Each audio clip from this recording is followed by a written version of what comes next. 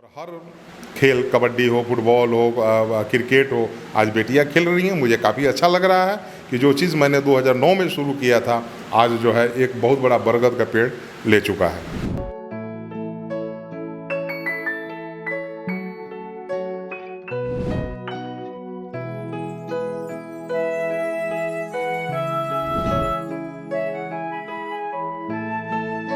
तुम्हारा काम सत्य हो तो फिर लोग क्या कहते हैं उस पर तुम्हें तनिक ध्यान देने की ज़रूरत नहीं है।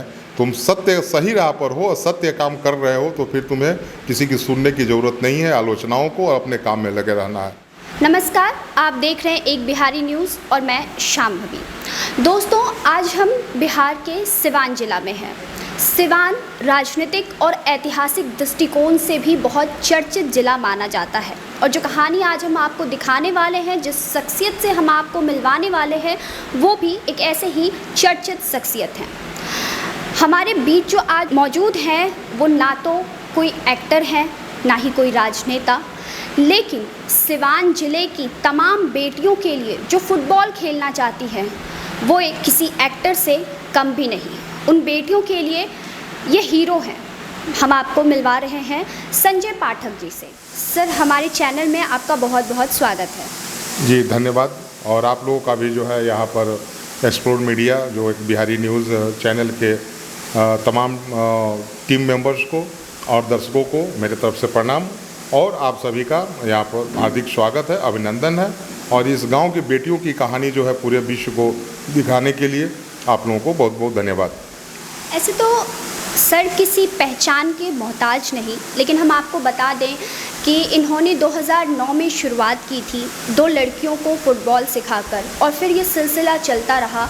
आज सिवान जिले के सभी ऐसे घर हैं जिनके घरों में बेटियां चाहती हैं कि वो फुटबॉल सीखें, तो उनके अभिभावक उन्हें संजय पाठक जी के पास छोड़ जाते हैं कि शायद उनके भविष्य का निर्माण हो जाए। हम आपसे ये जानना चाहेंगे कि जब आपने शुरुआत की थी, 2009 का वो साल था, उस समय की क्या स्थिति थी और उस समय आपके मन में क्या कुछ सवाल आए होंगे या किस इरादे से आपने शुरू किया था? दरअसल में देखा जाए कि मैं एक शिक्षक हूँ, मैं सरकारी शिक्षक हूँ और उस समय सर्व शिक्षा अभियान जो है 2002 के आसपास शुरू हुआ था बिहार में, पूरे भारतवर्ष में। और 2009 में मेरा स्थानांतरण गुठनी प्रखंड से मैं मैरवा प्रखंड में आया था और आदर्श राजकीय मध्य विद्यालय में मेरा स्थानांतरण हुआ था। और उस समय मैं ये सोच करके आया था कि मैं जाऊंगा, नौकरी करूंगा और घर पर जो है अपना आराम करूंगा और अपनी लाइफ को अपने तरीके से जीऊँगा। लेकिन विद्यालय में 2 बच्ची, पुतुल कुमारी और तारा खातून नाम की 2 लड़कियाँ थी, वर्ग 6 की।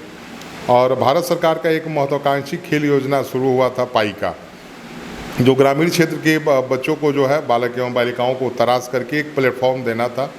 तो वहीं पहली बार आयोजन हुआ था हमारे विद्यालय के फील्ड में और दोनों लड़कियां काफ़ी हमको प्रेशर, दबाव दे रही थी कि सर चलिए हम लोग पार्टिसिपेट करेंगे, जबकि हम जाना नहीं चाहते थे। लेकिन अंततः बच्चों के जीत के आगे मुझे झुकना पड़ा, क्योंकि शिक्षक बच्चों के लिए होते ही हैं। और जब मैं गया उन लोगों को लेकर के, तो पुतुल और तारा प्रथम प्रयास में ही प्रखंड लेवल पर जो है गोल्ड मेडल जीता। और चूँकि सर्व शिक्षा अभियान का नारा भी था कि बच्चों का सर्वांगीण विकास, तो सर्वांगीण विकास के तहत खेल कूद भी आता था, शारीरिक गतिविधियाँ भी आती थी। तो मेरे मन में अंदर उस जगह एक ज्ञान की प्राप्ति हुई कि हो न हो गांव में भी जो है गरीब परिवारों के बीच जो है, बच्चों के बीच में प्रतिभाएं छुपी हुई है। यदि उन्हें उचित प्लेटफॉर्म दिया जाए तो ये बच्चे जो है देश और विदेश स्तर पर, अंतर्राष्ट्रीय स्तर पर खेल सकते हैं, हमारे क्षेत्र का नाम रोशन कर सकते हैं, अपना भविष्य उसमें बना सकते हैं और देश का नाम भी रोशन कर सकते हैं। बस यही प्रेरणा जगी और आज सिवान जिले के कोने कोने में जो है फुटबॉल और हर खेल, कबड्डी हो, फुटबॉल हो, क्रिकेट हो, आज बेटियां खेल रही हैं। मुझे काफ़ी अच्छा लग रहा है कि जो चीज़ मैंने 2009 में शुरू किया था, आज जो है एक बहुत बड़ा बरगद का पेड़ ले चुका है। अगला सवाल मैं आपसे यही पूछने वाली थी कि ये समाज पितृसत्तात्मक समाज कहलाता है, तो इस समाज में रहकर एक ऐसा स्टेप लेना कितना मुश्किल रहा था आपके लिए? लोगों के आलोचना सुननी पड़ती होगी उस समय, मतलब कैसे डील किया आपने? कोई एक पॉजिटिविटी होगी उस समय, कुछ एक सोच होगी वैसी, तो उसके बारे में ज़रा हमारे दर्शकों को बताइए। और देखिए, मैं चूँकि मदन मोहन मालवीय का मैं अनुयायी हूँ और मदन मोहन मालवीय एक बहुत बड़े शिक्षा जगत के कहा जाए कि बीएचयू की स्थापना उन्होंने किया था। और पंडित श्री राम शर्माचार्य जो गायत्री परिवार के संस्थापक हैं, हम गुरु भी हैं हमारे, और उनका एक कथन था कि जब तुम्हारा काम सत्य हो तो फिर लोग क्या कहते हैं उस पर तुम्हें तनिक ध्यान देने की ज़रूरत नहीं है। तुम सत्य सही राह पर हो और सत्य काम कर रहे हो तो फिर तुम्हें किसी की सुनने की ज़रूरत नहीं है, आलोचनाओं को, और अपने काम में लगे रहना है। तो बाधाएं तो बहुत आई, चूँकि मैंने बताया कि लोग मुझे जो नहीं कहना चाहिए, मेरे चारित्रिक लांछन से लेकर के हर चीज़ तक किसी ने कुछ छोड़ा नहीं। यहाँ तक कि मैं अपने स्कूल के खेल मैदान में बच्चियों को ट्रेनिंग देने का कार्य करता था। 2009 में शुरू किया, 2014 तक तो काफ़ी अत हो गया। लोग ग्राउंड में पैखाना कर देते थे, हम सुबह जाते थे, कुदाल से काट करके फेंकते थे। लोग जो है शराब की बोतलें ट्रैक पर फोड़ दिया करते थे। लड़कियां प्रैक्टिस करती थी, उसमें लोग बाइक चलाते थे, साइकिल चलाते थे, और बहुत से घृणित काम लोगों के द्वारा किया जाता था। तो मुझे लगा कि उस जगह को छोड़ देना चाहिए और अपना एक सेफ सुरक्षित जगह पर जाना चाहिए, क्योंकि कोई घटना घट जाएगी तो फिर कोई इस गांव में जो अपनी बेटियों को खेलने के लिए आने नहीं देगा। कानूनी बात होगी, कानूनी बात में कोर्ट कचहरी का चक्कर लगाना पड़ेगा। कोई गार्जियन नहीं चाहेगा कि खेल में जाने के बाद उसकी बेटी कोर्ट कचहरी में गवाही दे और चक्कर लगे। तो इसलिए लोग मुझे कहा भी करते थे कि तुम्हारे बाप का ग्राउंड नहीं है तो सरकार का है। तो मुझे लगा कि मुझे अपने बाप के ही ग्राउंड में चलना चाहिए, और मैं यहाँ आकर के अपने भाइयों से, अपने चाचा जी के परिवार से, अपनी माँ से, जो भी शेयर होल्डर हैं इस ज़मीन के, उन लोगों से बातचीत किया।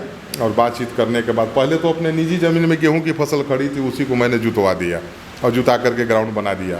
और मैंने अपने लोगों की इच्छा थी कि बाप के ग्राउंड, तो मैंने अपने बाप का ग्राउंड का निर्माण किया। और आज जो है आप इस रूप में देख रही हैं। तो काम करने के लिए कोई बहाना नहीं होता है, काम नहीं करने के लिए अनेक बहाने होते हैं। तो मुझे करना था, इन बेटियों के चेहरे को देखने थी, इनके आंखों में जो जुनून थी, जो जोश था, जो जज्बा था, उसको कायम रखना था। सो मुझे लगा कि मुझे पीछे नहीं हटना चाहिए, मुझे करना चाहिए, तो मैंने किया। अभी के समय में यहाँ पे कितनी बच्चियाँ खेलती हैं, और फुटबॉल के अलावा भी कोई गेम है जो वो खेल रही हैं? तो 50 लड़कियों को हम यहाँ रह करके और फ्री ऑफ कॉस्ट उन्हें जो है खेल की सामग्री, खाना पीना, पढ़ाई लिखाई सब चीज़ उपलब्ध कराते हैं। और 50 लड़कियाँ प्रतिदिन घर से आती हैं और जाती हैं। उनके लिए भी जो है हमने ब्रेकफास्ट की व्यवस्था रखी है। मॉर्निंग में जब बच्चियाँ हमारी प्रैक्टिस करती हैं तो ब्रेकफास्ट दिया जाता है। रह गई कि एक ही क्षेत्र में फुटबॉल से जो है काफ़ी लड़कियों की संख्या अधिक है, तो फुटबॉल में हमारी बच्चियाँ, सारी बच्चियाँ जो है राष्ट्रीय और अंतर्राष्ट्रीय स्तर पर प्रदर्शन नहीं कर सकती हैं, इसलिए हमने उसको बांट दिया। हैंडबॉल हो गया, हॉकी हो गया, रग्बी फुटबॉल हो गया, एथलेटिक्स हो गया, और फुटबॉल तो है ही इनका। तो इन सारी खेलों को जो है हम जो है यहाँ पर प्रशिक्षण देते हैं, और बच्चियाँ हमारी जो है विभिन्न खेलों में जो है राष्ट्रीय स्तर पर प्रदर्शन करती हैं, और बिहार के लिए पदक जीतने में भी अपनी महत्वपूर्ण भूमिका निभाती हैं। खेल एक ऐसी चीज़ है जिससे शरीर में बहुत फुर्ती आती है और साथ में जोश भी आ जाता है। लेकिन डिसिप्लिन, पढ़ाई के साथ साथ ऐसा कहा जाता है कि खेल के दौरान भी अनुशासन रखना बहुत ज़रूरी है। तो इसके लिए आप अपने बच्चों को क्या सिखाते हैं? डिसिप्लिन के लिए हमारे का एक रूटीन है हमारे एकेडमी का। आपको जो है बच्चों को जो है 4:30 बजे के आसपास उठ जाना होता है। फिर अपना उनका चेतना सत्र है, फिर कुछ वाद विवाद है, और बच्चे अपने वो चेतना सत्र में जो है अपना वाद विवाद कुछ करते हैं। फिर आपका जो है कोचिंग ट्रेनिंग की व्यवस्था हो जाती है स्पोर्ट्स की। इसके बाद सबको स्कूल जाना होता है, ब्रेकफास्ट करते हैं। कोई जो है प्राइवेट स्कूल में पढ़ता है, कोई गांव के सरकारी विद्यालयों में पढ़ता है, कोई +2 में पढ़ता है। तो इस तरह से बच्चियाँ जो है जाने लगती हैं। फिर इसमें हम मैथ और साइंस और इंग्लिश और कंप्यूटर भी हमारे पास है। तो इतना ना व्यस्तम क्षण होता है इन बच्चियों का। फिर रात में आप हाई मास्ट लाइट देख रही हैं। सारी बच्चियाँ यहीं रहती हैं या फिर कुछ ऐसी बच्चियाँ भी हैं जो सब घर से खेलने आती हैं? देखिए, यहाँ 50 बच्चियाँ यहाँ रहती हैं, और 50 के 85 सीट हमारे पास है, और बाकी बच्चियाँ जो है घर से प्रतिदिन आती हैं। और खेल कर जाती हैं। तो डिसिप्लिन के साथ साथ जो है डिसिप्लिन के बिना तो काम चलेगा नहीं, और इनको कुछ सोचने का मौका ही नहीं मिलता। इतना नहीं इनके पास काम है कि इनके पास जो है सोचने का कोई मौका ही नहीं कह मिलता। सकते हैं खाली दिमाग शैतान हाँ, वाली जी, बात जी, जो जी। कहते हैं, हाँ। खाली दिमाग शैतान का घर। तो आपने इन्हें काम में इतना उलझा रखा है कि सोचने का वक्त नहीं जी, मिलता। जी, सोचने का वक्त। हमारे चैनल के माध्यम से सिवान या फिर और भी तमाम जगह की जो बच्चियां हैं, बच्चे भी इवन, उनको क्या संदेश देना चाहेंगे आप? और निश्चित रूप से हम बच्चों को, खासकर जो है बिहार के बच्चों को और बच्चियों को ये ज़रूर संदेश देना चाहेंगे कि देखिए, एक ज़माना था कि बच्चे खेलते थे तो गार्जियन उसे जो है नकारा साबित करते थे कि खेलोगे कूदोगे तो ख़राब हो जाओगे, पढ़े लिखोगे तो नवाब हो जाओगे। और आज बिहार सरकार की ऐसी पॉलिसी है, और हमारे बिहार राज्य खेल प्राधिकरण के अभी जो है महानिदेशक श्री रविंद्र शंकरन सर जब से आए हुए हैं, तब से बिहार जो है खेल के क्षेत्र में काफ़ी जो है आगे जाने लगा है। और सरकार ने ऐसा बनाया है कि मेडल लाओ नौकरी पाओ। आप मेडल लाइए, और उस साल जो है आपको सरकार नौकरी दे रही है। तो निश्चित रूप से मैं कहूँगा कि आप खेलिए कूदिए। खेलने से नौकरी और ओलंपिक की मतलब नहीं है। मतलब ये होता है कि आप शारीरिक रूप से और मानसिक रूप से कम फिट तो रहते हैं, आपकी शारीरिक गतिविधियाँ ठीक रहती है, आप रोग बीमारी से जो है आप निश्चिंत रहते हैं। इसके साथ एक जो खिलाड़ी होता है उसकी गतिविधियों में एक सामान्य लोगों में काफ़ी जो है ज़मीन आकाश का अंतर होता है। तो निश्चित रूप से आप खेलिए, और बेटियों को और बच्चों को खेल में 2 घंटा सुबह 2 घंटा शाम, जो बच्चे जो है चाय के दुकान पर मोबाइल देख करके, टीवी देख करके टाइम अपना बर्बाद कर देते हैं, वो जो है अपना, अब देख रहे हैं कि वीडियो गेम देख करके लोग जो है बच्चे अपना जो है टाइम बेकार कर रहे हैं। तो आप फिजिकल रूप से, शारीरिक रूप से आप खेल मैदान से जुड़िए, और कोई ना कोई ओलंपिक खेल से आप जो है खेलिए, और सरकार आपके साथ है। अच्छी खासी जो है इनाम की राशि भी सरकार दे रही है, और नौकरी हर क्षेत्र में नौकरी है। मेडल लाइए और नौकरी पाइए, आप खेलिए। तो इस तरह से जो है मैं उन अभिभावकों से ज़रूर कहूँगा कि अपने बच्चों को खेलने के लिए भेजें। और उदाहरण है, हमने साबित किया है कि हमारी बच्चियाँ, जिस परिवार में 6ठा क्लास का कोई पास नहीं है, आज उस परिवार की बेटियाँ जो है एमपीएड और बीपीएड करके जो है सरकारी सेवा में भी कार्यरत है। और सरकारी सेवा नहीं मिला है तो विभिन्न प्राइवेट विद्यालयों में एज ए फिजिकल टीचर काम कर रही हैं, और 15,000 20,000 रुपये कमा रही हैं। 20 रुपये उनको कोई देने वाला नहीं था, आज 20,000 रुपये कमा रही हैं, अपने पैसे से स्कूटी खरीद करके चल रही हैं। तो निश्चित रूप से उनके जीवन में बदलाव हुआ है। और हम बेटियों को आत्मनिर्भर बनाने का काम करते हैं, खेल से, एजुकेशन से, कंप्यूटर एजुकेशन से, कि बच्चियाँ आत्मनिर्भर बने। और ये जो है, जो लिंग भेद है भारत में कि लोग बेटे रहेंगे तो कमाएंगे तो बुढ़ापे का सहारा बनेंगे, आज बेटियां अपने पैरों पर जब खड़ा हो जाएगी तो निश्चित रूप से बेटों का काम करेगी और अपने माँ बाप को छोड़ेगी नहीं। ज़रूरत है बेटियों को आत्मनिर्भर बनाने की। एक बार बेटियों को आत्मनिर्भर बना करके देखिए, बेटियां बेटों से कम नहीं हैं।